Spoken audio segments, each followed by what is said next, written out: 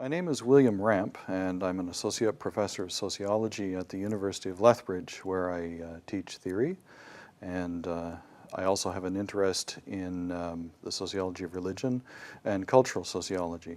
I find myself these days, however, becoming more and more interested in Durkheimian theories of politics and power and of the state.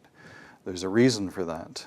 The reason has to do with political developments in Alberta and the way in which the government of the day is attempting to remake Alberta universities.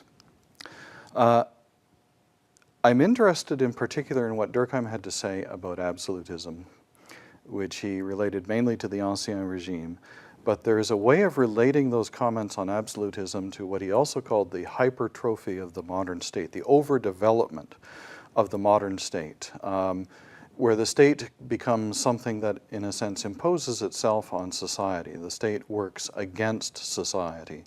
The state begins to overdevelop. It ironically floats above social life and becomes, in the process, strangely weaker and less informed. That allows it to impose plans and visions on social life, but it also has to compensate for that lack of knowledge through various forms of surveillance, which of course cost time and energy and money. So the state then imposes plans that may be ill-informed.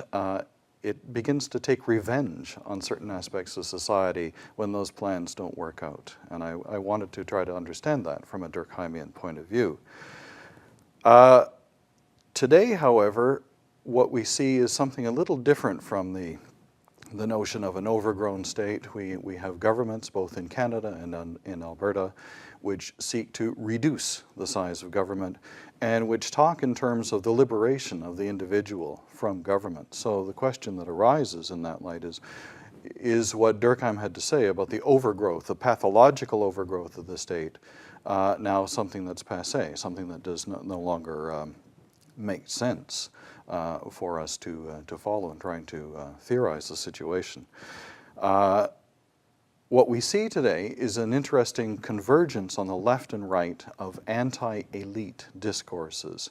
The identification and targeting of particular individuals and groups as parasitical, as wanting to impose their will on society. So you can see in a sense that modern neoliberal governments, right-wing governments, can in fact be seen to be attacking what Durkheim called the hypertrophy of the state.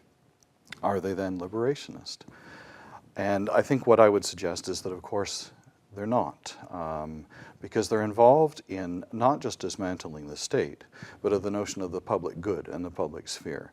They're engaging in what I call, actually this term comes from a student union leader in Lethbridge, the economic fracking of public institutions. Basically carving them up in ways that make them and their activities easily commodified. Now, how to understand this from a Durkheim point of view, Durkheimian point of view, I would suggest that we think in terms of Durkheim's book, Moral Education. That what's happening today is what you might call a kind of amoral education that neoliberal think tanks, neoliberal governments are engaged in. Ways of teaching us to be subjects, not within societies anymore, but subjects that are atomized, subjects whose relation to the world and to each other is in terms of exploitation or consumerism. And this is cast as liberation. This is setting us free to do what we want.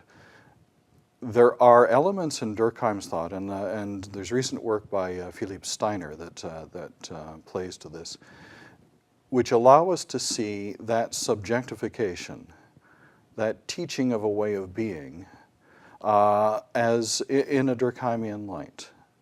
And I think it's important to do that. It's important because if there can be said to be something that is wrong or even evil about the process of breaking up the public sphere, ignoring the notion of the public good, abandoning people, individuals and groups who are seen as economically not viable, there's something wrong about that, then it fits, in a sense, Jean Baudrillard's definition of evil as something that does not impinge upon us, but something that is a transparency, a way that we see the world. Evil is what we see through. It's not what we look at. If there is such a thing as political evil involved in the recent destruction of public goods in Canada, the destruction of the notion of the social as a gift to us, of us as being given our lives through our social relations. If the destruction of that can be said to be wrong, it's also, I think, something that can be said to be what we are taught. We are taught to act in those ways. And we do that in everyday life, even those of us who protest against it.